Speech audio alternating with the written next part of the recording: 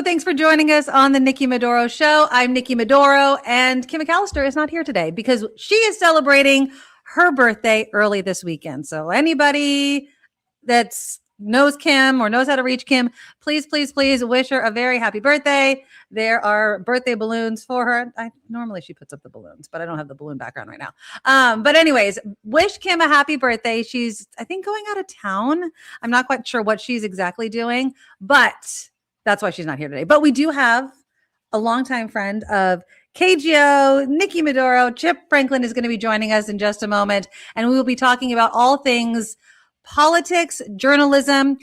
I will get into that in just a moment, but first, as always, click the thumbs up button to show your support for the show because we are 100% crowdfunded. Whether Kim's here, Chip's here, or I'm all by myself.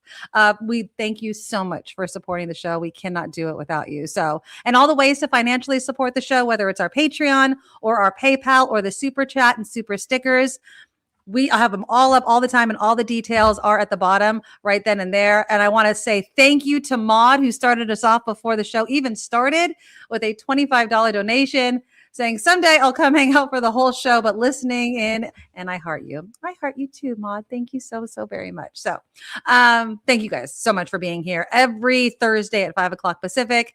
And yeah, let's get into it. All right. So CBS has fired a number of its longtime journalists. The latest, Scott Pelley, he has been with CBS for decades. I mean, what was interesting is Tony Tocopel is the new anchor that Bari Weiss brought in when she took over CBS. And he actually did, I'm not going to play it though. He did like this montage for Scott Pelley the day after he was fired, saying thank you and holding the line on. It was really actually heartfelt if it wasn't from CBS, right? Like it would have been nice to hear and see and read if it wasn't CBS. And it just seemed so disingenuous and so covering their own ass because of what they did. He's been fired because during a meeting, the first meeting with the new executive producer, he called the guy out. He said, Bari Weiss is murdering the 60 Minutes, which is their top rated news show. It's actually the only thing I think on CBS that's making them any money news wise. And, you know, other anchors and journalists have been fired. The CCOT story, if you guys remember, we talked about that. It was held because they didn't have a statement from the White House, which again, like we mentioned before, if the White House won't give you a statement and that is enough to basically kill a story that has been done by a journalist with interviews, then why would the White House ever give interviews for if they don't want the story to come out? That is a dangerous precedent to set. Also, Bari Weiss wants to let politicians choose who interviews them. That is not how journalism works. So I want to play you a little bit of this interview, and then I'm going to bring Chip Franklin on. This was all the way back, by the way, in 2019. Okay. Scott Pelley had a book coming out. It was called Truth Worth Telling. And this obviously was in the day and age of Donald Trump's first term in office. Here's a little bit of the interview, and it just speaks volumes to what's going on right now. So here's a little bit of that interview. So Truth Worth Telling, the book, it chronicles your visits, and your I guess your tour of duty as a correspondent, which I say it like that because it is. You've been pretty much to different parts of the world and covered it in a way that journalism doesn't really seem willing to pay for the networks to do now.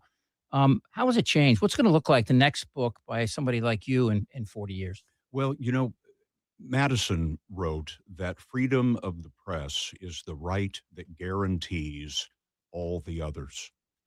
He knew that if we could say what we wanted to say, write what we wanted to write, read what we wanted to read, then all the rights that he put in the Bill of Rights would be protected.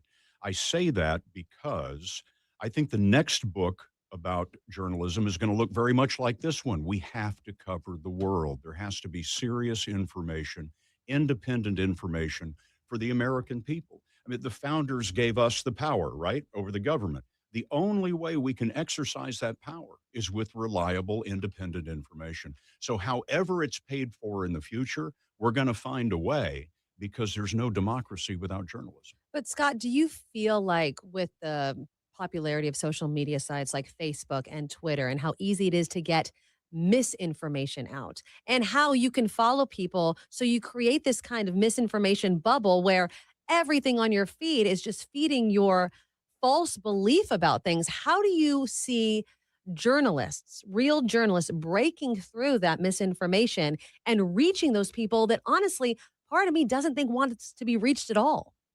You know, you've hit right on the head the thing that worries me the most about our beloved country.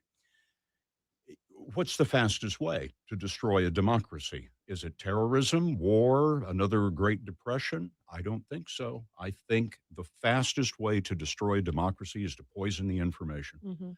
The Russians have figured this out, the North Koreans, the Chinese. It's not a problem for them because they control their media, right? It's a problem for democracies almost uniquely. And so, what I've been telling audiences is they have a new responsibility. The audience has a new responsibility that they've never had before. Back when I was coming up, there were 3 TV networks, as God intended. And UHF, right? Yeah. Exactly. And so you knew that those were serious journalists. You may agree or disagree, but they were serious journalists trying to get it right. Now on the internet, you don't know that anymore in terms of a lot of these sites that you've never heard of. So I tell the viewers and the readers, they have a new responsibility to, if they see something on the internet and they wonder, is that right? Or they're outraged by some terrible thing that they see on the internet, they need to figure out, well, what is KGO reporting about this? Mhm. What is CBS News reporting about this? What is the Chicago Tribune reporting about this? Pick any one. I don't care, but pick a reliable, sensible news organization. Nikki, right next to you, is a great journalist. Her We'll just stop it there with Chip Franklin, complimenting me because that's always the best way of doing it. And let's welcome Chip Franklin to the show. Hello, my friend. Thank you for look joining so us. cute and young in that corner. I know. You look like you're out of high school. Sure. I'm glad the close-up isn't there because then the wrinkles won't be showing. But I love the fact that I had that interview with us because, my God, is it not timely? And I remember, too, the Lawrence O'Donnell interview. Remember that? Yes, exactly. And both of them, obviously, were sober as to, very sober about the future of broadcast media. And, it's funny. I've been fired. I never was fired. I did it for 27 years. And I wasn't fired until I came to California. And the first time I was fired, I don't think it was politics, although every gig I had until I came to KGO, I was right next to Rush Limbaugh. He came on after me or before me. But I was never really pressured, especially in Baltimore, which is a flagship station there. But when I went to Kogo, I would get these. This is the one in San Diego where I live now. They would do things like they would tell me, "Don't call him Limbaugh, call him Rush." They want the audience to think, like they wanted to think we were friends. And I really didn't talk about him a lot, but there was, when it fell apart, when I got fired, is they wanted to go back to syndicated and to news and not to talk radio, but they put Hannity on, So it was interesting. And this is, of course, was Clear Channel. Now it's iHeart. And of course, when we all got tanked eventually at Cumulus, it was a kind of a funny irony in that they wanted to turn it into a betting station and that prop failed.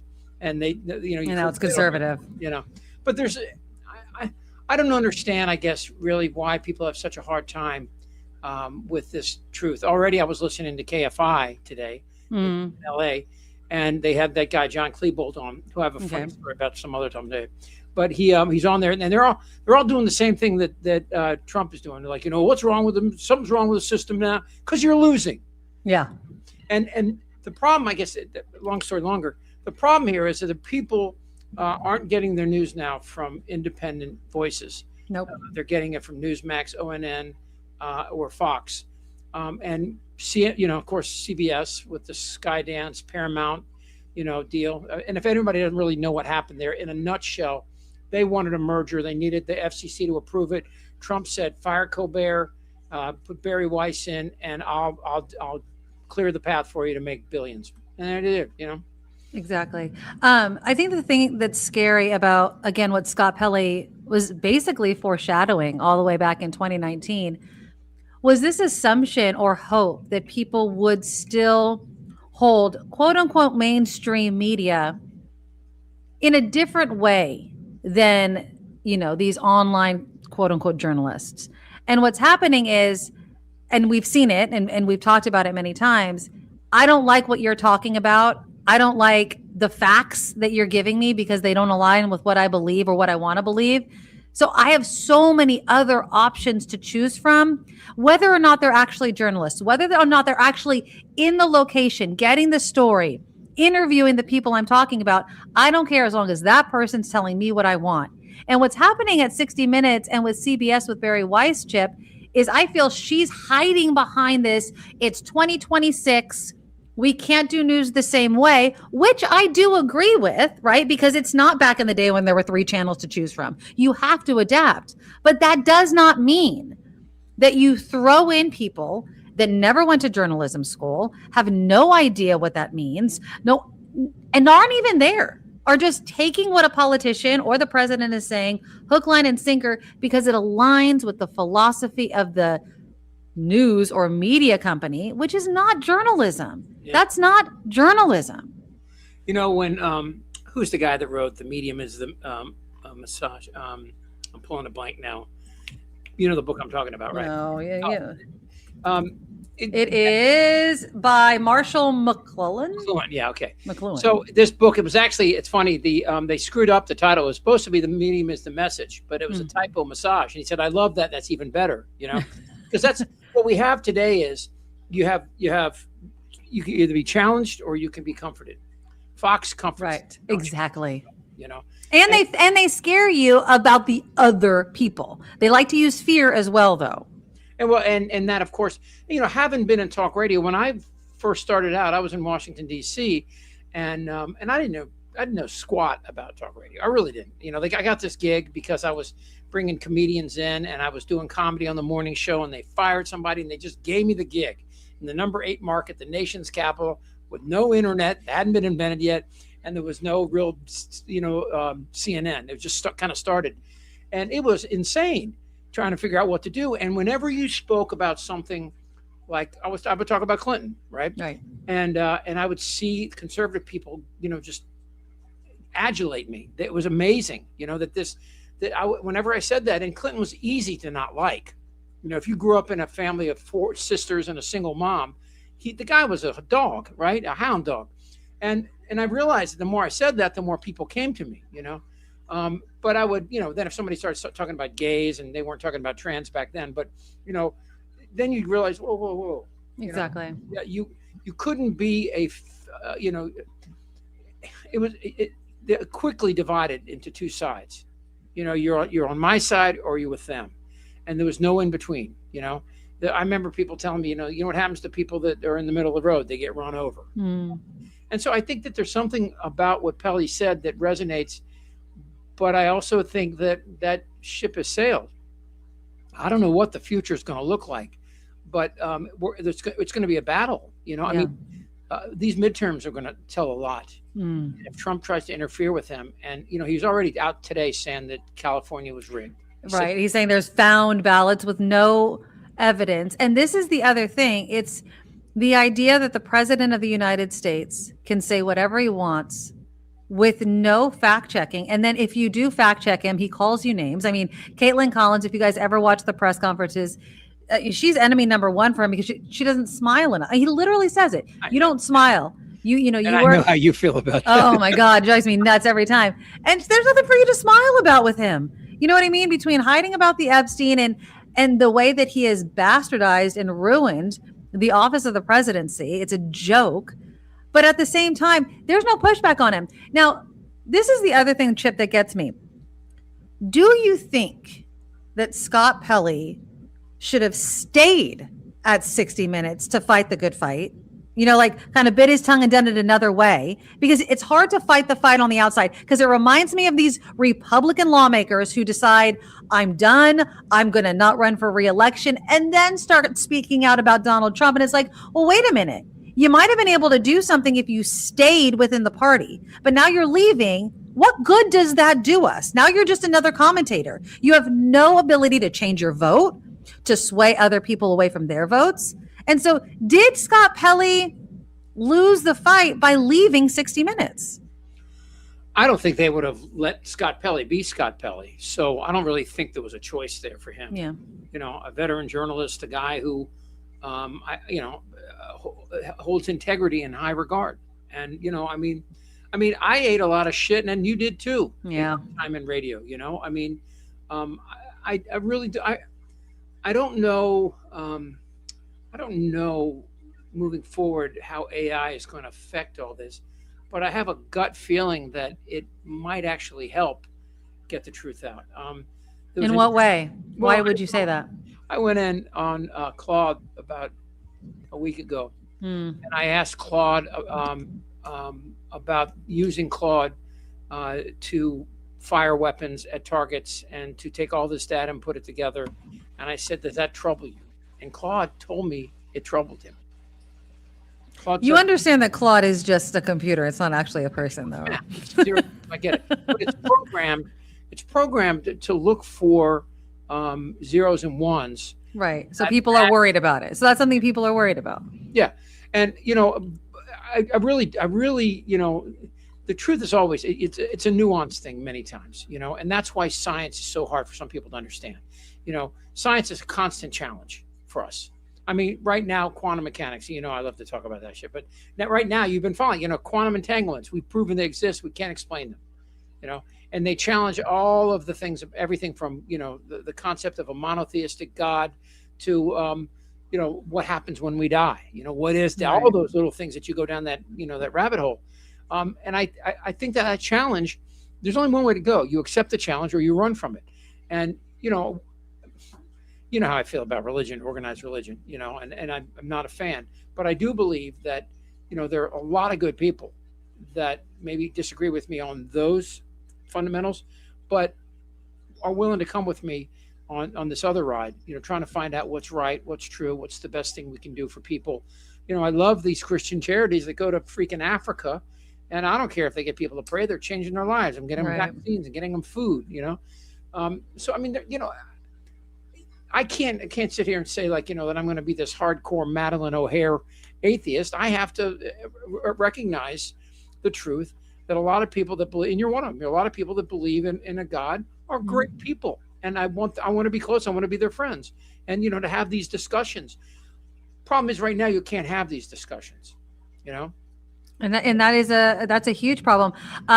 Cindy says Pelley said he was ordered to add lies to a news story, which is why he blew up. Journalists are not supposed to lie. Yeah, I mean, it's like it's making your story palatable to the higher ups, the Ellisons, and a la Trump. And it's, as a journalist, it's, Occam's razor. Is it really a conspiracy against Donald Trump and the GOP, or are they wrong? Right? Like, what is the simplest answer here? It's obvious that journalists who have been doing this for decades are screaming from the top of buildings.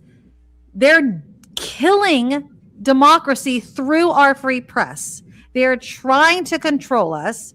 And yet people, like you said, are so in their own camps that they can't give an inch. I want to play a little bit more, Chip, of our interview, because Scott Pelley, again, this was an interview Chip and I did back in 2019 because Pelley was coming out with a book called Truth Worth Telling. And we were talking about journalism. And this is also what he said regarding kind of this sports-like manner regarding politics and news and everything like that. Here's a little bit more. We have two really good people that I think are the foundation of what we do. I brought the news, the way that the numbers go up and down, the deaths, to stick to what we have, to stick to one source. Because people, when they hear these different numbers, they may not recognize it right away, but it does sow the seeds of doubt of the information source.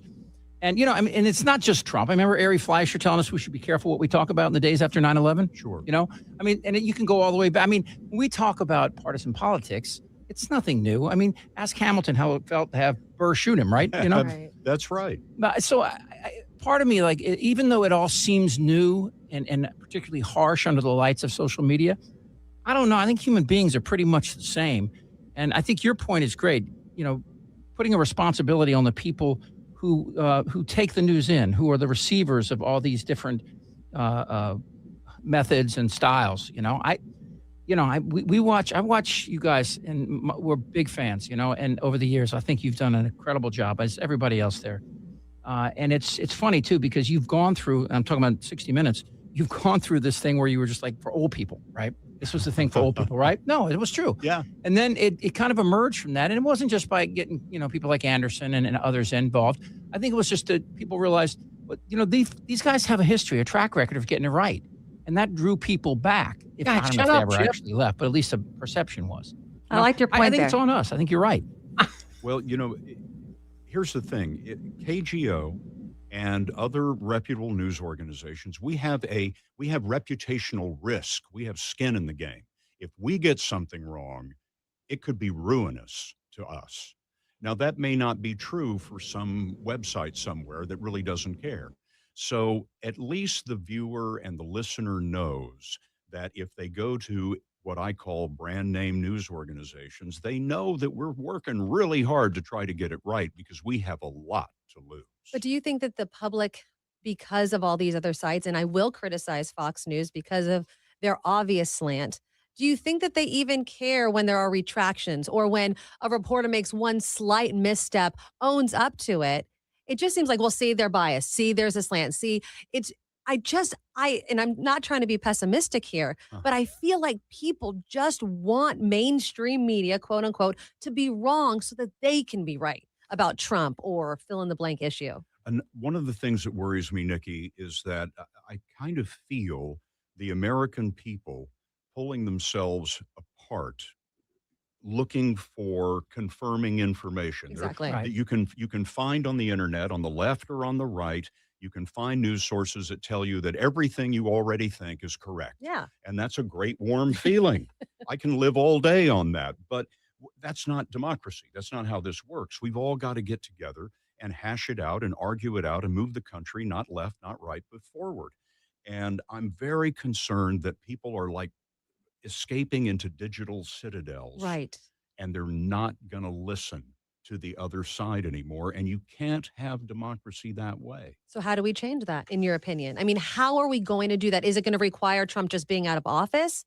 Because I feel like he has opened Pandora's box with what's allowed, the type of rhetoric that was before. But McConnell and Graham are the ones facilitating this. Well, exactly, he can be stopped dead in his tracks. But I think that because of his position as the president of the United States, he has changed, fundamentally possibly changed that office of what the American people are willing to put up with.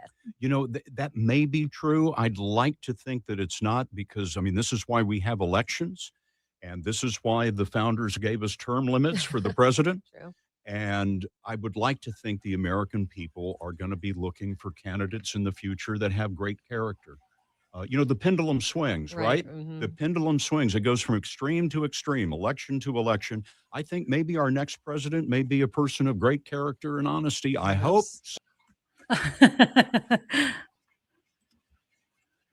So, I love Scott Pelley's longest freaking questions in the world. Yeah, whatever. It was a long interview. I liked your point, though. You know what I mean? I think the point is people were watching 60 Minutes because they believed in it. And that was why I wanted to play it. Like, you go to news programs like 60 Minutes, which might be for old people, but why? Because you can trust what comes out of it. People like Scott Pelley went to Iraq, or, were there when something happened. They weren't sitting at home behind their computer regurgitating a press release that came from whatever politician you agreed with. That's my point. Like, he says the pendulum swings. I don't know how the hell we swung right back to Trump. I really don't get it. I don't think it's Trump. I think Trump is the tumor and the cancer that was already out there. I know you've said that before, but I believe it. And I think that that people are generally lazy and they don't want to challenge themselves, right? And I think it's, when I talk to, like, there's a guy I just got back from the gym, and there's a guy in there. He's probably 80, and he walks around with this pro-life shirt and this "Make America Great" hat on, and he dropped the N-word one day when an Indian girl walked by. What the hell? I turned and I said something to him, and of course you did. Careful, because, I I didn't want to get in a fight with an 80-year-old guy, But I told him downstairs, and I said, I could take you. I said, yeah, that'd be worse. Yeah, I said, you got to get this guy out of here, in this gym, And they, of course, they're not going to kick him out, but they told him he couldn't wear the hat and shirt anymore.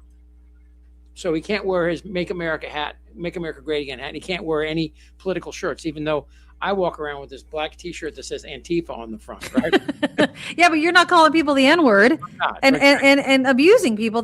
And again, you say that Donald Trump isn't the cause, but it's a really hard not to draw pretty direct lines to the rhetoric that comes out of the White House. To what people feel emboldened to say. He is definitely. What was that boat that crashed in Alaska? The Valdez or the back in the day, the Exxon Valdez. Yeah, what was it? The Exxon Valdez. The Valdez. Yeah. So he's the pilot of that. Okay, right. So I mean, but the Valdez, it was full of bad stuff for the environment. Just like MAGA, it's full of bad stuff for Americans and for themselves. So let's catch this. A week from tomorrow, it's going to be SpaceX's IPA. Right? IPO. You're drinking now. It's an IPO. I'm drinking the IPA. Right? The IPO, if it's above $135, if it comes out at $135, which it probably will, Musk will be the first trillionaire. Yeah. Can you believe that? Well, yeah, and people don't understand how much a trillion is. It is so much money. I talk about how much a billion is, let alone a trillion. Give you an idea. A billion seconds ago, we were watching OJ in the white Bronco. All right. A trillion seconds ago is 31,000 years. We were in the middle of the last ice age. That's the difference between a billion and a trillion. With $1 trillion, you could fund the state of Michigan for 12 years. Yeah. Okay. They don't want to, though. Bezos, Thiel, Zuckerberg, Cook, and Musk pay between 2% and 3% in federal taxes. The average person listening to this right here pays between 16 and 18%. So you got an Arkansas school teacher at a higher tax rate than Elon Musk, who is arguably a sociopath himself and mentally ill. And these, again, and we fund so much of it. The infrastructure that he makes all this money off, you and I all pay for. Right? Exactly. But then people want to defend these billionaires, almost trillionaires, as if they need your defense, as if it's a slippery slope. It's never going to slip enough down to you. Believe me, it's not going to slip enough. I love it when people say this. I posted this on Facebook the other day, my video about this. And he goes, I've never seen a successful person that wanted to bring down a wealthy man. And I go, where did you pull that up? Adam Smith or something, dude? How about this? I do. These guys are screwing you. Yes. Time. Oh God, they're not creating new jobs. When Trump lowered the corporate tax rate in 2017 from 35% to 21%. By the way, it's still there because there hasn't been a president and a Congress with enough votes to overturn it. So that means every year we lose about $1.5 trillion that we would have for infrastructure, education, safety nets, vaccine, all that stuff. We haven't even talked about RFK Jr. And all of this, is a wake up call, and it's really not hard. It's simple math. Yep. And and I always feel like when I see somebody that's MAGA, I go, okay, chill. You don't have to attack them. Like, ask them, what do they love about Trump? He makes America great. How? Right? And then, of course, they'll disagree with me on the numbers. They'll say that's fake news. Exactly. I got it from the Congressional Budget Office full of Republicans. Yeah, no, they don't believe it. They again, back to what we were talking about at the beginning. If it's not the facts you like, then you attack the person giving you the facts.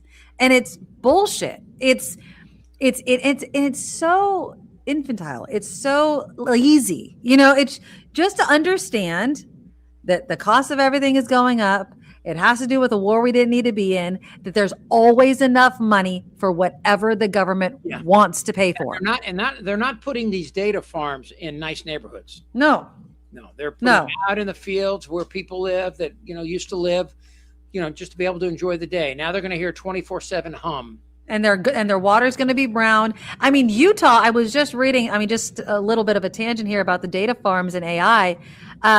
They reduced their data farm that was planned in Utah because Kevin O'Leary, one of those Shark Tank guys, he was backing it by 75%, down to I think it was 50,000 acres. It's 10,000 acres now or whatever.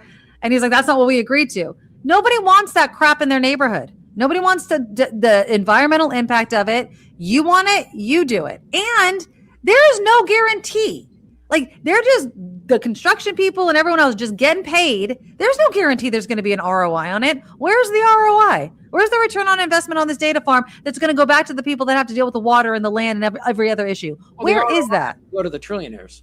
If it even goes to them. I mean, they're not all going to survive. I was just reading something about AI and comparing it to the .com bust, and it's true. I mean, at least with .com there was more tangible thing. How are they making money off of AI? How? They can't all exist. Not all of them can exist.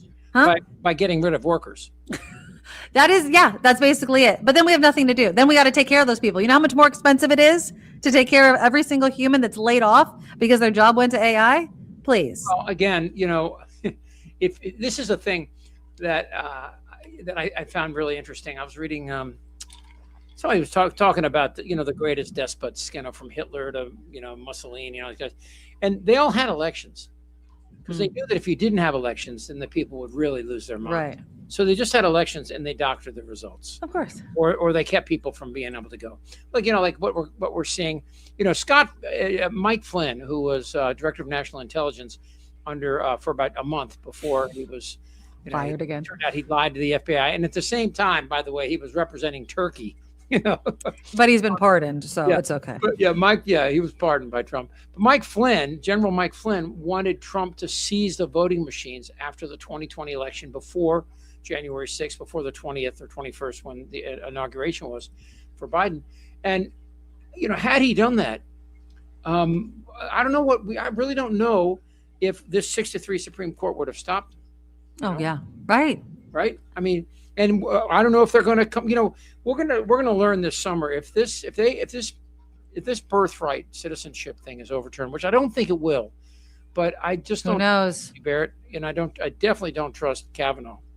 And then of course, if Alito and Thomas resign, and Trump gets 2 more appointees,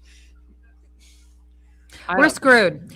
Eventually that. I don't like this whole idea of the, comeuppance. Then we'll expand the Supreme Court. Okay, then the next time the Republicans are in there, they're going to expand it. And then what good is it, right?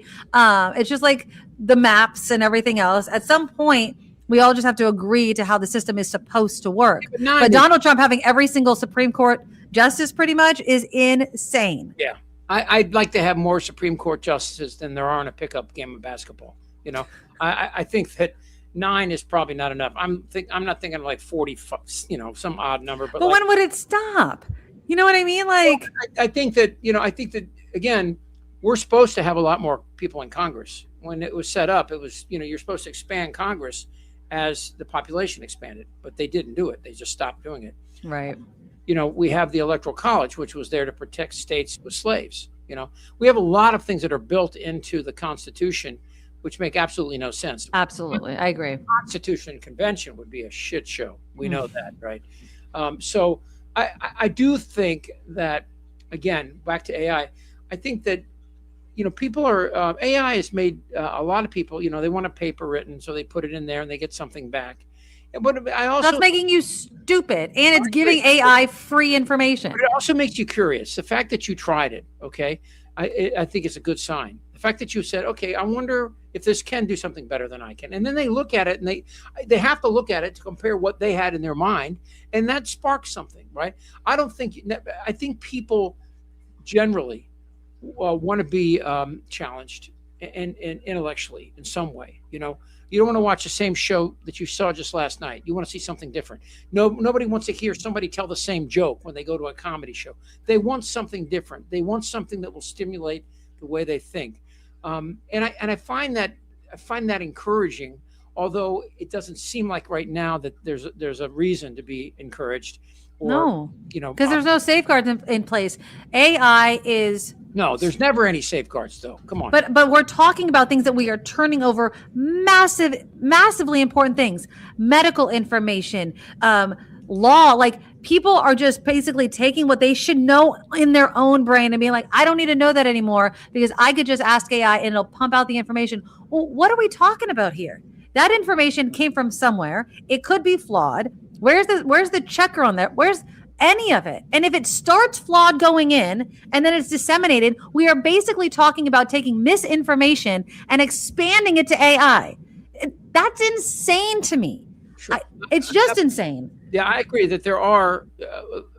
Look, you know what a Luddite is, right? I do, and sometimes I sound like it when I talk about AI, but I don't care. You know what Luddites were? They were weavers, and when they I think it was the cotton gin or some technology came along and threatened their jobs, they didn't hate the new technology just because it was new technology. Right. They hated it because it cost them money, right? And it cost humans jobs. They wanted a human to do it. Right. So I mean, again, I do think that all of these these tech bros, they're using Trump because Trump is so manipulative. He's so easy. He's a sociopath. He's a malignant narcissist.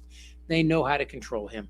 When he's gone, and we all kind of stand back and look at it, it's kind of like crypto. The blockchain technology that uses a lot of energy, and people still. You ask the average person on the street what is crypto, and they have no idea. They can't begin to explain it. Same with AI.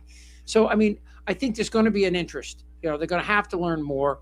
I remember when people are bitching about, Common Core math and stuff, right? All right, people kind of get used to it. It's a different way of doing it. It's different than the way I learned, but I looked at it and okay, I can live with that. I disagree. I think that you're comparing the development of a spark for fire versus, the A-bomb. They might have started the same, but one does a hell of a lot more damage. We can't compare. Somebody was saying, did the backhoe or whatever right here, AI is a tool. Did the backhoe put people out of work? No, I'm not saying that, but expand on that. And AI is so disruptive, and the way people have adopted it so much. And not only that, we can use it for the tool. Again, how it's decimating our environment. We are a cancer on this planet, and we keep making it worse. And I don't get it. I just don't. Well, look, nuclear weapons have probably saved tens of millions of lives because we don't have conventional wars anymore because of the threat of a nuclear bomb. That's a bizarre way of looking at it, but it's also true. I had John Gartner on my show. That guy, the psychiatrist dude that was on the show, and he goes, "I think Trump's going to launch a nuclear weapon." And I said, "Nah, you're high." Out of his ass, who knows? But maybe to get attention, to distract from anything that he doesn't want. The guy's the biggest. Whatever. You know who would stop him? Who? Ivanka. Where is she? Hello? I'm totally serious. His family would be the ones that stopped him because there's nobody else that would. I mean, the Millian, Mattises, Tillersons, Kellys, they're all gone. I don't know if he cares. I don't think he cares. He's losing his hair. Not that I'm knocking it, but he's losing his hair. He's losing his mind. He's losing his. He's falling asleep. I mean, it's sad. And I never wish, I don't wish death on anybody. I just wish he went away. I wish his philosophy, I know it's not possible, but his influence on Americans went away and we could just have a hard reset. But the fact that he was reelected really gives me zero hope that this country has learned its lesson. If anything, I don't know who's going to be the next president of the United States, but lesson. Did they? I mean, we didn't do too well. We have, and who knows what's going to happen in the general, but did we learn our lesson? Probably going to be like 2018, probably going to be it always happens. 2028, you mean? No, 2018 was the blue wave. Oh, yeah. Oh, I see what you're saying. There'll be another blue wave coming up. And I hope. And Trump's, the House especially, the Senate, I mean, you go look at, I don't know about this Plantner guy up in Maine, but, Collins is definitely vulnerable. Tillis' seat is up. Tellerico in. I'm so Texas. Excited about Tellerico. Did you hear that the Texas GOP told their members that they can no longer post about James Tellerico because they were posting too much in favor of him? I mean, if that doesn't tell you everything, Paxton's an idiot. I don't understand why anyone would support his ass anyway. But I love it when his wife said she cheated on him in a biblical way, and I'm like. Is there any other way? Sex with a talking goat or something? What is that? A burning bush. Yeah. I don't know. It's Catholic schools for 12 years and never read the Bible. We never read the Bible. ever. Ever. Never. What did you do then? Basically, they would tell us, do this, you go to heaven. Do that, you go to hell. It was pretty simple. They didn't. And it was, it was a really great experience for me. So I mean, ironically, that I would say that since I'm agnostic, atheist, whatever you want to call it. Now I don't believe in what religion says, but it is. I find. I was watching. Remember Kamal Bell? No, I love him. Yeah, I remember the time we were in the studio and you and I were there, and he looks at me and he goes, "Will you let her talk for a second?" You're like, she talks all the time. Just don't worry about it. But I was talking to him. I saw him about a year ago, and we were talking about religion and its impact on people. And he really had a really interesting point about that. Religion is really not that different than when you break it down, to small groups. So take away the big and just, take a step from the small groups. And he really, and it makes sense.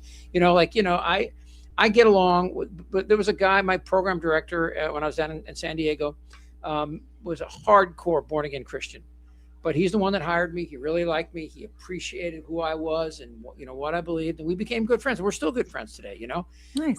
And my wife's not quite as, it doesn't feel quite Enamored at us with him. I gotta be careful. Did I ever tell you when I was, here I am again, gonna F myself, but I was on the air in San Diego and there was a guy that up in San Francisco. And there was a guy that was made the national news he knelt to propose to his girlfriend on the beach and they just happened to be doing a shoot of the sunset and they caught it. Right? Oh, okay.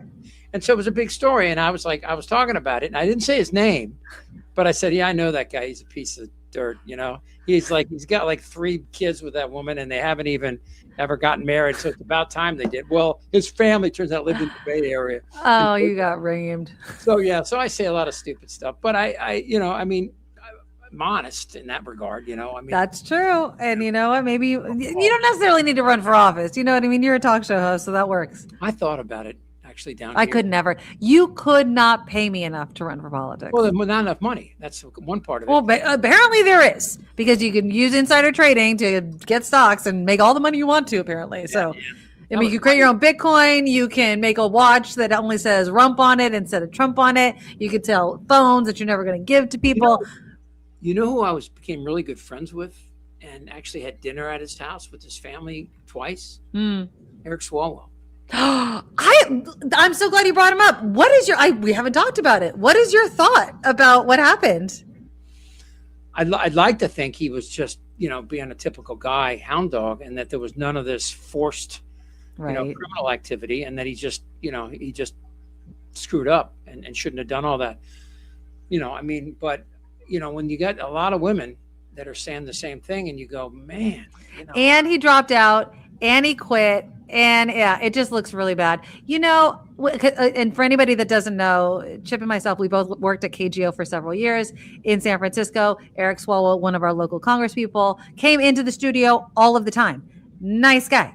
Or was on the air with us all the time. Yeah. Young guy, blonde, not bad looking. You could see how it can happen. But I don't know, man. It was very disappointing. I don't get the texting thing. I mean, what do you mean? Everybody knows there's a record there. Oh, I know, because they're not thinking with the right head, Chip. I understand, but if you're going to do that, don't even do it on the phone. I mean, that's what everyone has in their hand. You know what I mean? Tony Soprano. It's so funny that Trump talks just like Tony Soprano. He never says, "I want that guy dead." He'll say like, that thing with that guy we talked about. Yeah. Right. Exactly. Well, what does that mean? And he talks, and this is what Michael Cohen told me. He said, he talks like he's being recorded all the time. Yes, because he knows he should be. And he's also doing something wrong all the time. That's how you talk when you know you're doing something wrong. I did a few talk shows with Tom Arnold, and he knew him from The Apprentice, and he swore up and down that Trump would drop the N-word all the time. Doubt it. No, yeah. Who's the guy that runs Survivor? What's that dude's name? You're talking about It's the same guy that was involved with The Apprentice, and I forget his name now. But anyway, he said there's a with the N-word. Yeah. saying the N-word somewhere. But No, it doesn't it matter. wouldn't matter now. It wouldn't matter at all. Anyway. I don't. It didn't matter then. Nothing that Trump says or does matters, and that's what we just need to accept. The guy is a complete asshole, misogynist, lying grifter, and people are like, "Please, sir, can I have some more?" It's so freaking stupid. And I don't get it. I mean, look again. I mentioned him briefly. The phone, the watch, the Bitcoin, the fact that he talks about something before he does something. You know. He's obviously making money off of it. And then his press secretaries have the audacity to say he's the most transparent president ever. Yes, because he is telling you how he is screwing you over, and you guys are just bending further over. I just don't get it. He's transparent. He's transparently effing you. Like, okay. And I look at people like Rubio and Vance and Graham and you know, Rand Paul kind of figured it out for a while, but he was still going off on that Fauci stuff. I don't really, you know, I look at these guys. Did you say, I forget who it was. It was somebody who was doing a show just like this on YouTube. And the congressman said something. He goes, erase that. I go, we're live. We're live. You know, can't you go back a few seconds? And he goes, no, you can't. And we're live, and you're saying all of this live. Don't be a dumbass. And that guy Ogles from Tennessee, the Yes. congressman, Yes. who said that, you know, this country shouldn't have gay people. And the Republicans were all like, oh, you shouldn't say that. But last year, he said, we should deport all the Muslims. And they didn't say anything about that. Yeah. Yeah. Although, I mean, I will give props where they're due. I am actually glad that there were a number of Republicans that called him out and was like, there was one guy that said basically like, you have constituents that are gay or transgender. You need to be. Secretary's gay. He's out. Exactly. Like, what are you talking about? And this idea that you need to pander to Americans who might be a man, woman in a nuclear family or whatever. Like, who gives a shit? I also understand that there's other types of families. It's crazy that they think that they still need to voice their bigotry so loudly in order to stay in office. But I really think they're just pandering to Donald Trump. Again, I think that it's whatever way the wind blows. A lot of these politicians will move, and it's stupid. There's a new comedy club right out in a town called Escondido, and a friend of mine was in town. Interesting guy named Rich Voss, who is Jewish and hardcore Israel, shut your mouth about Palestine and Gaza guy, you know, one of those guys. And we're friends, and we argue a little bit about it, although I am a pro-Israel guy. I'm not a pro-Netanyahu guy, you know. Yeah. Anyway, so I came out and I did a set in front of him, just about a 10-minute set, because I haven't done that much stand-up in a long time, and it's like a muscle. If you don't use it, Of course. it's flabby. But I did a couple jokes, and it's interesting about you know, where people. I got some pushback, and I forgot, you know, how people are. And, you know, that happened when, you know, I don't know if you remember this, but Hammer, our old boss, Lee Hammer, knucklehead. And Love you, Lee. He is a knucklehead. He's all right. He's just a knucklehead. That's Anyway, all right. yeah, but we got a call in, and that a couple of my jokes had been on XM Sirius that I had done in the 80s, right? And they play them occasionally. Last year, I think I made $42 from. Nice. Hello. It's nice to know they're out there. They're playing the same jokes. I mean, they only have about 5 minutes of material for me on there. Right. But it got all the way to Atlanta. Somebody complained and heard about it. This Chip Franklin guy. So then they call me and they tell me, and then Hammer tells me that I got to get it off of XM Sirius. And I go, I can't get it. I don't think I'm paid for it. It's not yours. I can't get it off now. And so I ended up talking to Mary Berner. Was that her name? The CEO? Yes. And she was really cool about it. You know, I mean, she's very liberal, and you know, in her life and everything, and you know, kind of she has to play these two roles. And her and I were talking about it, and I said, you know, I don't talk about it. I won't tell anybody to listen to Raw Dog and find me. This one guy did. And, Oh, it was Raw Dog. Yeah. I talked to her the other time. I almost got fired for calling Devin Nunes a fuck knuckle in a tweet, right? I mean, the reason I bring all this up is like, you know, this whole idea of freedom of speech only really applies if you're criticizing the government. Exactly. And nobody understands that. Yeah. They had the right to fire me, but they probably would have to pay off the rest of my contract. Although, you know, when I got hired there, I had a great contract. And every 3 years, they kept whittling it down. The Justin Whitmire and then Oh, of course. somebody else. Yeah. but I do find, by the way, I got to tell you a funny story about him. I can't tell it on the air though. Later. Okay, I'll tell Can you. I tell you yet? I don't think so. Okay, it's a funny story. Okay, You I'll know who remember. told me about it? Huh? Heather. Oh, our good friend Heather. All right, you'll tell me after the show. Okay. You're teasing people things they're not going to find out about. Because she'd be a firecracker in there. Oh, I love Heather. I haven't done. Yeah, no. Anyways, to finish your story. Anyway, so yeah, but so going back and doing stand up, I'm learning now that young people, when I do jokes like, I have a joke. So I did this joke, and it was in a comedy club, and so I went out and I did so well there. The guy had me back, and I did 30 minutes, and then I did the Comedy Store down in La Jolla, right? And so the joke was, in the middle of my set, I'm talking about childbirth. You know this joke, right? Where I said that I'll never forget childbirth. I remember my wife laying there screaming in pain, writhing in agony. Who'd have thought 9 months later we'd have a baby, right? And this woman starts going, "You're a rapist. You're a rapist," screaming in the crowd. And I really thought it was like a comic fucking around, right? And I go, and so I was like, oh my God. And I settled it down. They literally dragged her out, and she's screaming. And and I said something funny like, "That's my wife, everybody." But it's like, so comics talk about this all the time about what you can and cannot say anymore. Which makes me want to go out and do it more.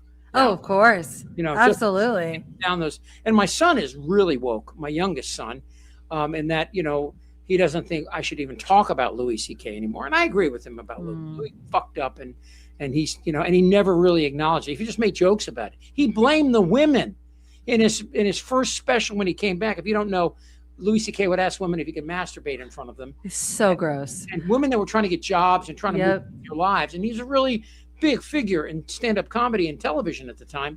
And so he came out and he said, his joke was, if you ever want to masturbate somebody, make sure you ask them and then don't do it anyway. And everybody laughed, right?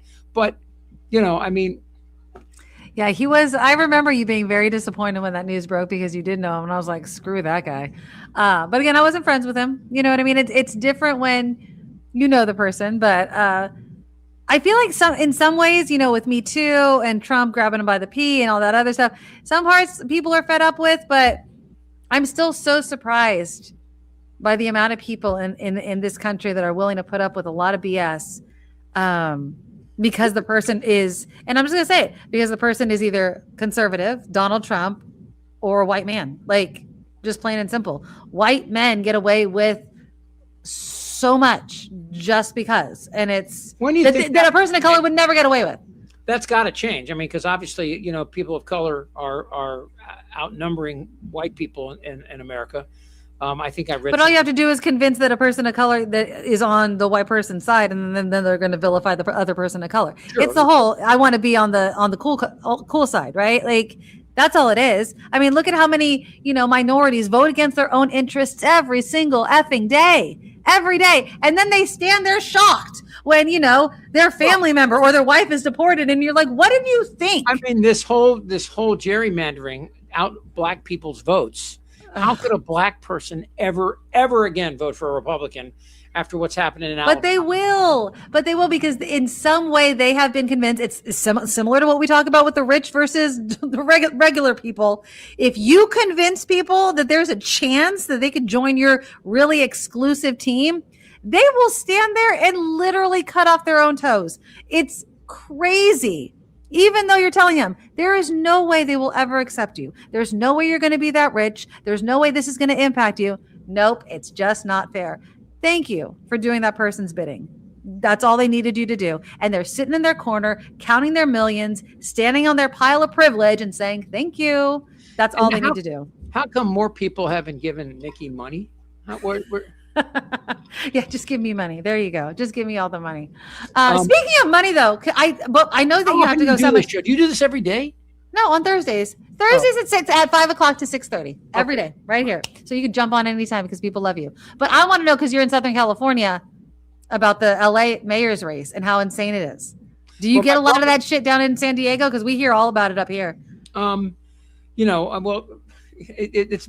And if you don't know, Spencer Pratt is a reality TV show host that's going for mayor against Karen Bass. He's Donald Trump Jr. is basically. And the only reason he's a Republican is because he wants to carry a gun. He literally has said that. That is the only reason I'm a Republican, is because of the Second Amendment, because I went for a concealed carry permit and they wouldn't give it to me. And so now I'm a Republican.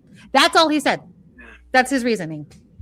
I was at the gym the other day and this guy's hitting on the boxing bags, making all this noise. And I said, does it ever hit back? Because I'm just wondering, because, I wonder in the real world how that's working out for you, Anyway, but no, I think Karen Bass is mostly getting shit because of the Palisades fire. And yes, that's what he's running on. And she was out of town and out of the country. Yeah, but it's like, people do leave. They leave office occasionally and go someplace. That and the Palisades fire was totally unstoppable. I mean, the fire was unstoppable, but they would have made a damn bit of difference that was empty. It wouldn't have made a damn bit of difference. No, but obviously there's things that a state, and I'm not just going to blame LA, obviously, but infrastructure wise, they knew this was going to happen. They knew their luck had run out when the Palisades fire happened. The firefighters had been talking about it forever. Not just the Palisades, up in Ventura County. Oh yeah, exactly. What do they call the winds? Santa Ana's. Santa Ana's. Thank you. They're like, all it has to do is go the wrong way. And that's exactly what it did. And look at that. Yeah. I mean, we have that problem down here. But San Diego's like a little cow town, right? It's not a real town. I mean, it's not a real city. We're the 7th largest city in the country, which is laughable. We're huge. We're the biggest county in America too. But you look at Los Angeles, I mean, it's huge. San Diego, bigger than some states. San Diego is protected by 2 third-world nations.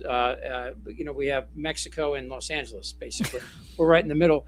And LA is just a horrible place to be. It's a horrible city. It's traffic 24/7, everything about it. And so people generally in LA are bitching about something. They're upset about something. Bass is not. I actually don't think she's a bad mayor. I think she has the what's the word I'm looking for? She has the template down, and and then moves outside when she has to. She's really done a lot with trying to get homeless people into some kind of housing, trying to work with drug intervention when they can't, having needles out there to stop the spread of AIDS and hepatitis. And so, I mean, but my brother-in-law now, who lives up there, and just like, and he's an MMA guy, and everything. And although he's not a Republican, he surfs that Joe Rogan shit, and so we get into it all the time. I'm like, who do you want? What do you want? I mean, what do you want out of these people? What do you expect from these people? I mean, right? I mean, the Republicans. Well, I will say this. I don't live in LA. I don't live in LA County, but I will say, I don't care who's mayor. The fact that Skid Row has been there for as long as it has been it's like the train to nowhere, right? It is a literal physical manifestation of failure. Like, you didn't have a good plan. You didn't work with the right people, and it's been there way too freaking long. You know where the problem is. Do something about it. Yeah, but if you're homeless, where are you going to be? Homeless there or Rochester, New York? I mean, LA. Oh, absolutely. I know there's one reason why people stay in California. Of course, I'm not going to live on a patch of ice versus beautiful sunshine in Southern California. But at the same time, Skid Row has been there a generation. Like, how long has it been there? Since the 80s, at least. Are you kidding me? And it's still there growing. Every city has a Skid Row. No, I understand what you're saying. Well, you could say the same thing about the Tenderloin, right? But if you know where the people are, do something. That is my conservative angle coming out. Well, you know where the problem is. You get into the whole Reagan thing. What can you literally do under the law? I mean, you change the law. Okay. Just like Reagan did. And I mean, we can go and blame Reagan for, Agnew's and all kinds of, mental institutions that he never found a place for all those people. And dozens of years later, then this is the problem that we have. But yes, you change the laws, which we've tried to do in California, not successfully, right? Like, that's what's happened. We need to both have tough love and empathy. And I think we go way too far one way or the other. Pratt thinks we should put him on a train and send him and build a place in Montana for him. That's what he says. I mean, and there's a lot of Republicans will say that. Let's just move them.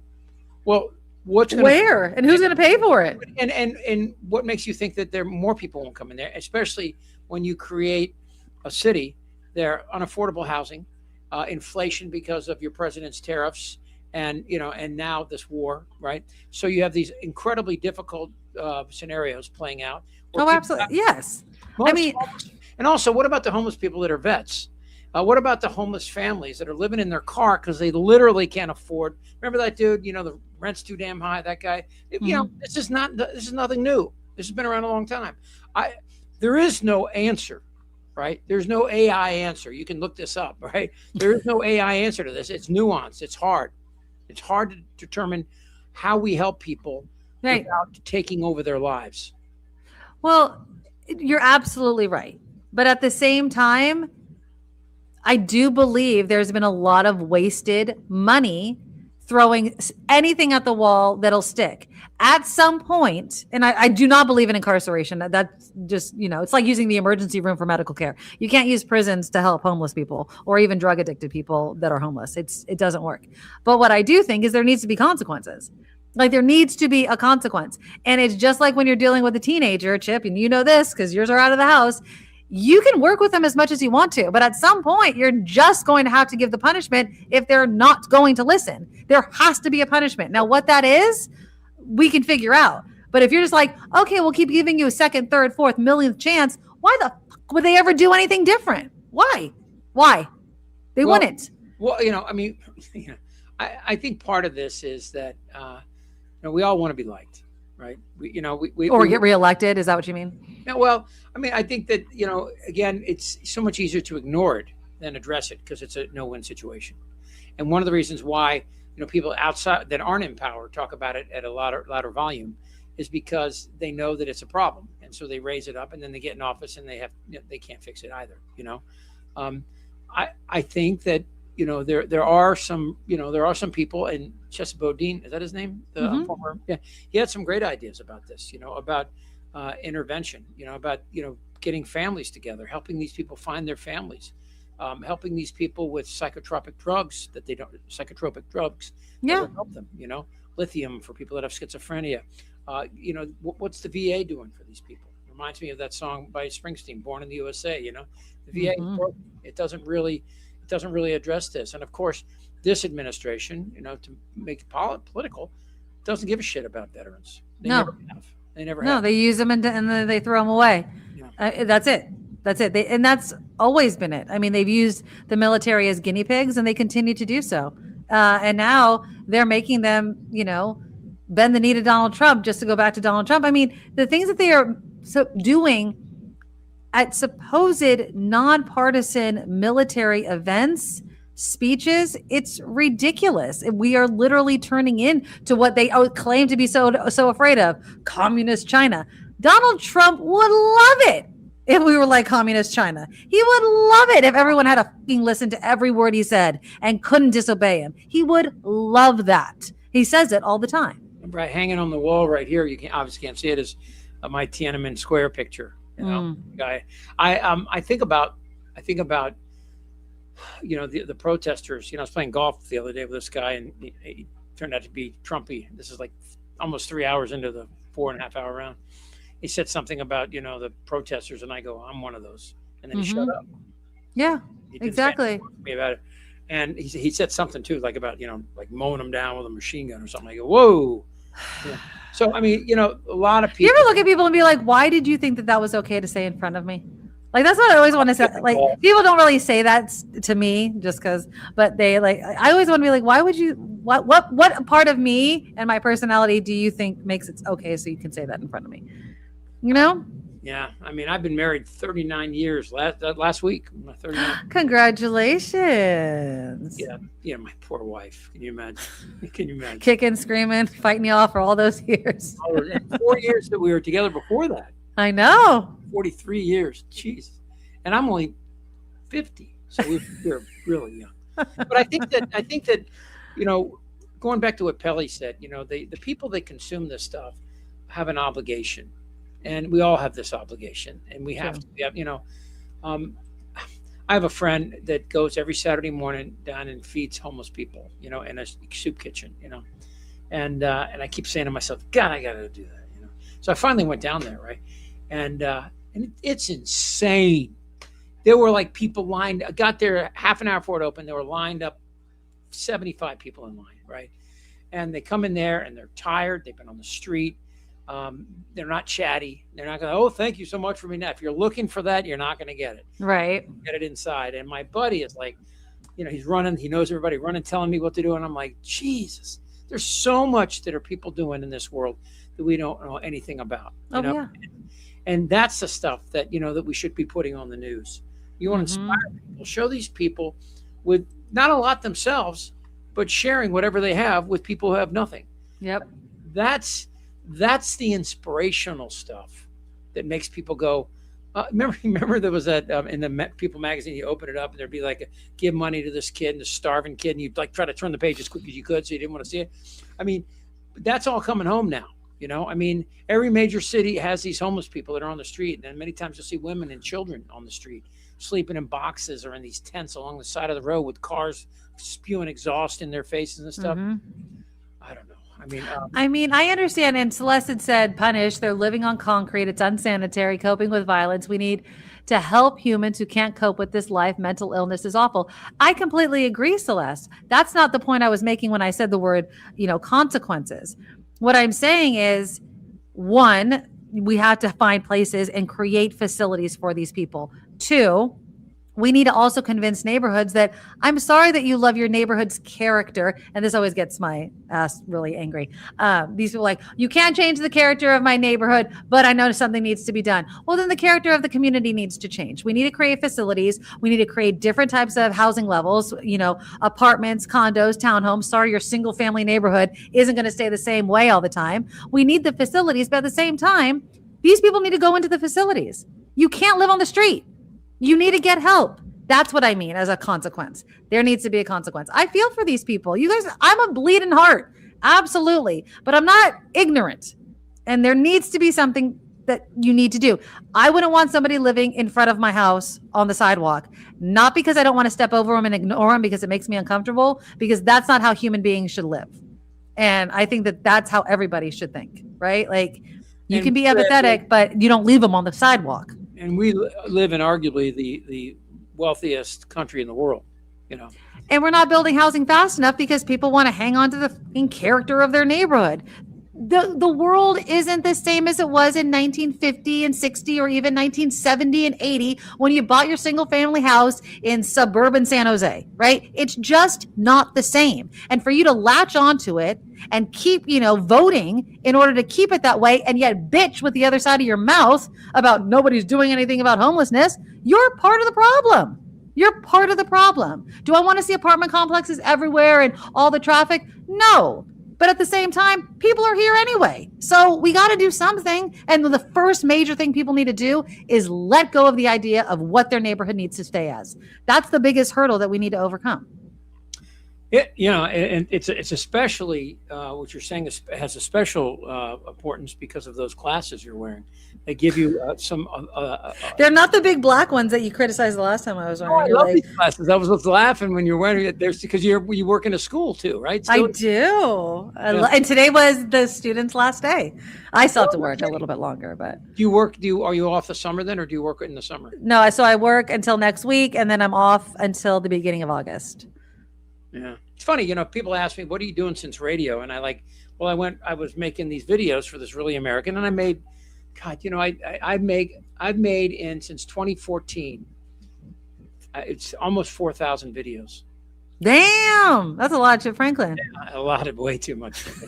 But I also produced some podcasts for like some athletes. Yeah, somebody was asking about you. I put the link to Really American in there. Obviously, your Chip Franklin YouTube channel as well. What else do people? How else do people find you? I don't know. You know, what do they want to find me for? Unless I owe money or something. You know. No, you make these really cool videos. Don't poo-poo it. Shut up. So Chip makes all of these really cool political videos, and I like them. I watch them every time they pop up. ChipFranklin.com. I'm trying to redo that. You know, it's the point, like, you know, where you know, I mean, I like going. I mean, I like going out and performing. You know, we play. I have a band, and we go out and we play occasionally. We do Warren Zevon songs. Oh, really? Oh, that's fun. It's fun, you know. But when nobody, it's so much work. It's so much work. I mean, I go out. I leave the house at 6 o'clock, and I get home at 1 o'clock in the morning, and I made $150. You know. But did you love it? Did it It's feed fun. your It's soul? fun. Exactly. It's not like I'm 25. You know, when No, I was 25, or 55 or 65. well, no, when I was 25, I was married. It's like you could get laid. You know, it was a lot of fun. You know, but today, you know, what? I just love you. I can get laid. No. I know, you know, I was only I loved waitresses, and there's something about the uniforms. You know. You're Anyway, so funny. but no, you know, it is interesting to see. Live music is coming back big in Southern California. I mean, in San Diego, Good. when I first moved here 20 years ago. There was not much, and now there's like it's everywhere. It's like, I mean, and I live like in a place called Carmel Valley, which is kind of, when I moved to everybody, because it's all a lot of fake tits and hair plugs and expensive cars. My son went to this school called Torrey Pines. He was driving like a 1997 Honda with barely, you know, it took 5 minutes to start, and it was parked in between a McLaren and a Maserati up at the school. These kids. You're like, excuse me, I'm parking here. But that said, you know, it's interesting, you know, where you live, you know, my neighbors, I have a lot of Asian people on my street, you know, and I go out of my way because I know, you know, a lot of the Asian culture is like, keep to yourself, you know, quiet. And especially people like me, who's like, yeah, you know. So like, we invited them all to this house concert we had, and a lot showed up. I was really surprised. Good. I didn't even know their names. My next door neighbor's never home, and she's from China. And, you know, and so it's a lot of, you know, this, I love diversity. Yes. For two reasons. One is that, you know, I realize that this face right here, in about 50 years, they'll all be gone, but you don't want this face in about 50 years in the United States, right? Why? Well, just because it's going to be a country of more people of color. And if there's anybody with any kind of memory of the way people look like me treated them, you know, there could be an issue. Right? Yeah, and the reason I'm giving you a little pushback there is I think that mentality or that statement is what rubs people that look like you and don't think like you the wrong way, right? Like, I want people like you, Chip. I just want people that think like you as well, right? Like, I have no problem with white men. I just have a problem with white, racist, misogynistic, bigoted men who think that they, you know, that they're 10 million steps at the ahead of the starting line is not privilege. I want people to be self-aware of themselves. I don't care about their race or their gender. Just be aware of who you are in this society. That's it. To your point, I mean, I can walk into any room in America pretty much and navigate it. Even people of color. If I went to like a, you know, like a, something, the Forrest Gump Black Panther rally. So I messed up your party, but your Black Panther party. I have education. I know how to talk. I'm glib. I can get along with, you know, and all that comes from the privilege I've had in my life, the comfort I've had, being able to, you know, feel like, oh, I can talk to people and they listen to me. It's just, why don't we do that? With, you know, when I see African American kids and cops rounding them up, or yes, like, I mean, you know, that, and the talk that those parents have to have with their kids, that's so screwed up on generationally. And, you know, I grew up in a mixed neighborhood as a kid growing up. And it was like, I learned a lot, you know, watching these families. And I would, after school, go over their houses. And in 1968, when I was a little boy and King was killed, the older brothers wouldn't let me come in the house anymore. It was crazy. It was insane. I've lived through all that stuff and seen what these people had to go through. And today, and, you know, like, to see Florida trying to erase the history of racism in this country and trying to pretend that slavery, like Jesse Waters on Fox News said, you know, there were some good things people got from slavery, you know, like, fuck you, you know? I mean, yeah, cheap labor. That's what we got, you know? But I mean, I like that you brought up people of color. I was just looking it up when you were talking, you know, that boy, that 16-year-old white boy that is accused of killing his stepsister on that cruise ship. Yeah. And he was released to his parents. Now imagine if that was a black boy. Imagine if a black boy was accused of murdering his stepsister. Do you think he would have been released to his parents? Like, well, that's what Chesa Bodine was right about, getting rid of bail for crimes that weren't, like, you know, capital type crimes. I mean, like, you know, if I'm selling weed, or even if I'm selling coke, and you bust me, right? And you give me a court date, and then you put me in jail until that court date, which might be in 3, 4, 5 months. Exactly. Your life is ruined. Your Yeah. life is ruined. You've lost your job, probably lost your housing, which can trickle down to your family. It's crazy. But again, people don't see that privilege. Then they're like, nope, we only judge people on merit. And it's like, you're full of shit. So I don't know. It's such bullshit. It's such bullshit. And I believe in merit too. I do. But people are biased, whether they like it or not, whether you fight against it or not. Implicit, explicit bias exists. And for people to be like, no, it never does. Get your head out of your ass. Yes, it does. And like, universities having quotas, right? If that means that some white kids don't get in because you wanted to have a higher representation, then let's make the school bigger. Why don't we make the institutions of learning something that aren't a challenge to get into? What's the downside of that? Giving people an education, teaching them how to learn, and then set them free in the world, in our country. This is what blows me away when people talk about this, about student debt. I'm like, first of all, the PPP loans that all these Republicans never paid back, and they're giving these kids shit because about their college. Yep. Because it's it's grown to such a level that they got to figure out, are they going to have a home, or are they going to have clothes or food? They're going to pay back this loan to a bank that again, if you can pay the loan back, pay it back. If you can't, give them time, and they'll pay.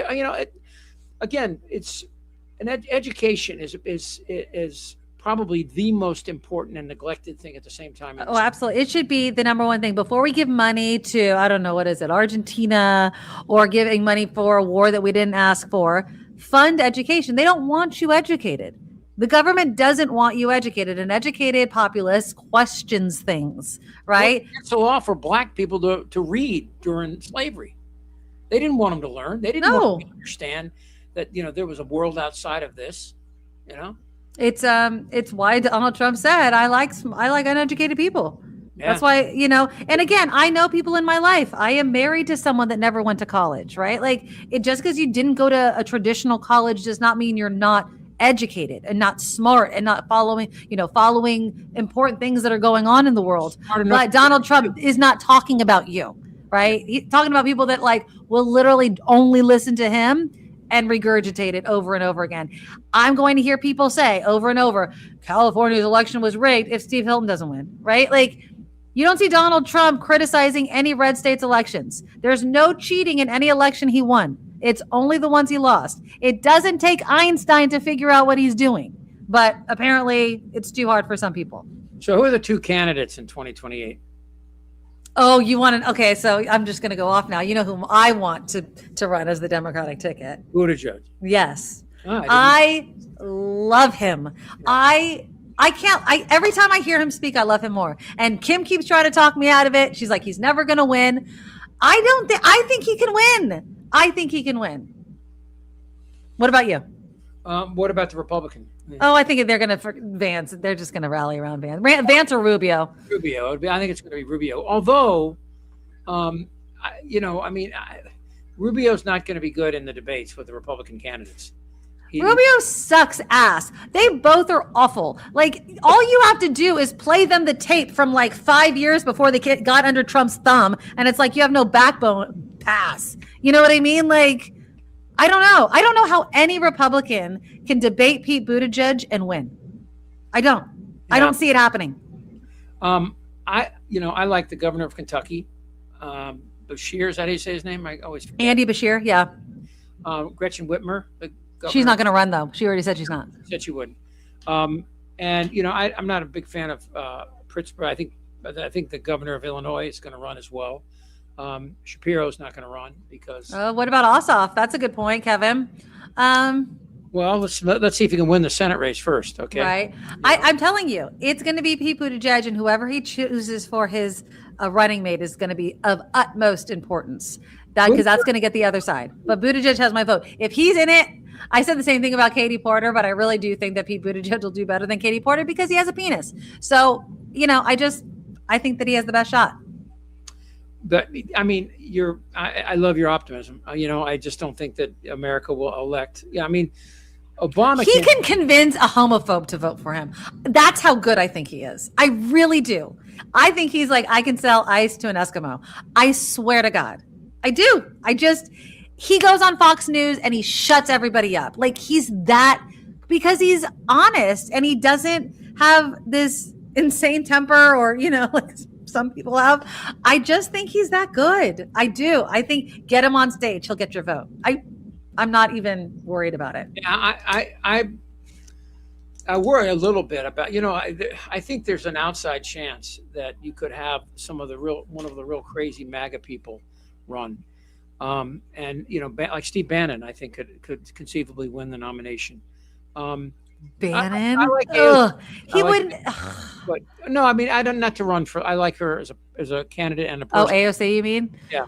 I like AOC too. I think she's just a little divisive. You know what I mean? Like, I like her. I think she's badass. Absolutely. I don't think 2028 necessarily is her year. She's hella young. She has a long political life, I believe. So, well, the Democrats have to win because of the Supreme Court. Yes, absolutely. And that's I'm not entirely convinced that Alito and Thomas will resign before Trump leaves. If Trump tells Thomas to resign, Thomas will literally resign that moment. I don't know about Alito, but Thomas's whole entire life has been pandering to the Republican Party. Another example of someone who is just going against I hate to say his own people, but like American values. You say you're an American. You say you mean these things, and he does everything the opposite of it. I can't stand Clarence Thomas. I don't think he should have ever been a Supreme Court justice, obviously, but. Well, you go back and remember, do you remember who attacked Anita Hill pretty strongly? I know, it was Biden, but like. I know. It's again, Biden didn't have my vote either. I always have to throw that out there.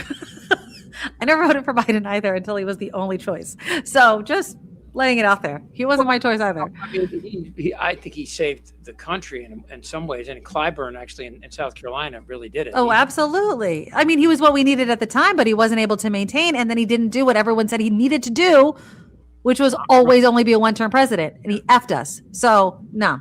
Yeah. Thanks, though. No. Kamala Harris says she might run again. Oh, God, not now. Yeah. Not now. Now, read the room. Not now. Yeah. So if we get the House and we knock the main reason I want to knock the Senate is we're never going to get to 67 votes. We need 20 Republicans. 67 is the magic number to convict somebody in an impeachment. Let's not do the impeachment anymore. Let's just happen. That'll happen. It's a waste of effing time. Who cares if you impeach him? Who cares? How many times do you have to impeach somebody for it to mean literally nothing? Well, you got to put it on the record, I think. That and 50 cents gets you not even a Coke. Like, who cares? Put your effort and all of your might towards getting something accomplished for the American people. Convince Republicans to vote for a health care plan. Sign anything that you want to accomplish. We don't get it anyway. Like, we're going to waste all of this time. We're going to waste all of this time, all of these hearings to do something that is going to literally mean nothing. Yes, you shouldn't do that anymore. Nobody gives a shit. If you were another Donald Trump light, you're still going to do it. You want to know why? Because the institution is set up in a way in which there's no punishment for it anyway. Donald Trump has been the biggest test of our institutions and whether or not you'll get punished for something, because most of the time the punishment was, well, we just don't do it that way. That's all it was. He's like, I don't give a shit. For the record, this is the Nikki Maduro I saw every day that you just saw. I do miss you, though. I do miss doing our show together. I keep telling you and James to take. I know. Maybe this. I'm doing road trips. But we're staying local this year because. Oh, I thought you were going to go out to bum squat America somewhere. No, it was last summer. That's why we're not doing anything this summer. Plus, next year, my husband turns 50. My daughter turns 18 and graduates high school. My son turns 16, so I got to get him a car or something to drive around. Like, I have no money. I'm already broke. So this summer we're kind of staying local. Again, everybody take care of her here on Exactly. All right. Please send me $1 million. Well, thank you so much for having I adore you. And thank you so much for coming on. Chip Franklin, you can find all the ways to find him in our show notes. I put all the links. You just click his name and Really American and all that stuff. Because you're still doing all your Really American stuff, right? So every day. In fact, every day. And he has all these cool like videos and shorts that he does. So you share them and share them and share them again. So you know what? I might have, I shouldn't say this, but I'm going to tell you now. I might have access to all of the people who listen to us email on KQ. Oh, don't tell all the people here that though. Okay, hold on one second before you say that. Phineas is really wondering what you think of Tom Steyer as a governor candidate. He didn't have your vote, right? Where is Rothman? What was he? See him on a street No, he corner? says Rothman torched him as buying votes, and Rothman has a podcast too. Not a liberal that can enact change, and I think he goes on with Mark sometimes too. I think his campaign was well run. I think that It was well bought, is what Rothman thinks. well, he spent a lot of money. What he spent, a couple $100 million. You know, A lot of money. I don't really know. We interviewed Steyer. Remember that? Mm-hmm. Yeah, Long time ago. a long time ago, and I found him interesting and forthright. To John's point about him buying votes, that's hyperbole, obviously, but he very similar. Oh, I can't hear you now. Sorry. I said he did spend a lot of money, but what are you going to do when you have a lot of money? You're going to spend it on ad campaigns. Right. I think that he'd be a good governor. I think that in some ways, though, that I like Becerra because this is a state that has a shitload of Hispanics, and he speaks to a lot of the issues that we have in the state, which is about sanctuary cities and protecting people. One of the women that cleans my house, her husband was snatched up by ICE. Oh, wow. I've been down to Otay Mesa to the detention center a few times and seen what's happened. I think that I think also he speaks Spanish, and you should see, Wendy and I are taking Spanish now like 2 days a week and trying to get fluent. So I think that California. I mean, when my great grandfather was born, this was Mexico. My great grandfather. And put that in perspective. It's just, and even where you're sitting was Mexico too. Then. So I mean, I think that it's interesting to have somebody who can resonate with people here, and that's a good point with Vilma as well. A lot of money was spent on both sides, and we got to overturn Citizens United. We got to Absolutely. and that would fix a lot. Anyway, but thank you so much. You're the best. Chip at chipfranklin.com. Just check him out. Really American is his videos. Chip, I adore you. I'm going to get you back on again soon. And give your wife a big hug and a kiss from me. I will. Everybody loves Nikki. Tell James hi. I will. All right. Bye, friend. Bye-bye. All right. That is Chip Franklin. And again, thank you guys for being here and watching the show with us. And if there's, again, anything that you want to reach out to Chip Franklin about, you can find him in the show notes. That is our show. I did want to let you guys know that I did vote. I did end up voting for Tom Steyer. So basically I should have just voted for Katie Porter. I'm kind of bummed. The math does not look like Tom Steyer is going to be beating Becerra unless it really seems mathematically impossible. At least that's the last article I was reading about. I think he's at 20%. Hilton's at 27, I think, and Steyer's 25%, something like that. But Javier Becerra will have my vote. That's it. When it's the general election, I will vote for Javier Becerra. Steve Hilton, I don't think gets it. Phineas, you're holding out hope that he can catch up. A lot of things would have to happen for Steyer to catch up. I know it doesn't seem like much, 5%, but it's not just 5% of the vote, right? Like all of the votes that go to Hilton and Becerra, all of that needs to change as well. So I don't think, and again, I hope I'm wrong because again, as Kim and I talked about last week, I don't dislike Becerra. I'm just really concerned about where he's getting his support at the same time of where I want California to go. And so that's the only reason why I voted for Steyer. Because like somebody mentioned before, all the money going against him. Why? Like Loretta Lynch. And if you missed our interview with Loretta Lynch last week, that is a must watch. Even though the election's already happened, she gave very good reasons on why she was voting for Tom Steyer. It's a follow the money type of thing. So you know what? I hope that Steyer can catch up. Mathematically, it seems very, very difficult. Okay, that's all I'm going to say. But we'll see. There's I think 45% of votes still have to be counted. Now, I know a lot of mail-in ballots go Democratic, but that would mean like so many would just have to go straight to Steyer. So I don't know if that's going to happen. And again, I was just reading about they've pushed off, I think, one of the court dates for his aide that again was accused of misusing funds. Yeah, exactly. That's a big problem. Is if the FBI indicts Becerra, and why wouldn't they? Donald Trump has targeted California before. If he could do it in any way to help his candidate, you don't think that they would, or at least just try to throw the headlines and make it a wrench in Becerra's general election run? Absolutely. I completely agree with you. That's why I voted for Steyer. But there's only so much we can control. And at the same time, we are a highly, highly Democratic state, politically, party-wise, of course. We're always Democratic. But I'm just saying, who knows what's going to happen in the general. I'm happy I voted. I was glad to see the turnout. I dropped in my ballot on election night. It was funny. I did one of those walk-in ones, and there was still a line of people because it was still the daytime. And they didn't want me to put it in the mailbox. They wanted me to actually put it in the box because they were trying to hit 1,000 people that had just walked in their ballot at that one drop-off location. So I don't know the official turnout numbers, but it was heartening to see, because I don't care whether you're a Democrat, a Republican, an independent. I want you to participate. You have to participate. So thank you guys so much for being here. And we'll talk again next week. We have so much that we didn't get to that I wanted to talk about with Kim when she's back. And again, if you guys have an opportunity, go and wish Kim McAllister, my co-host, a very happy birthday. Her birthday is this weekend, and that's why she is not here today.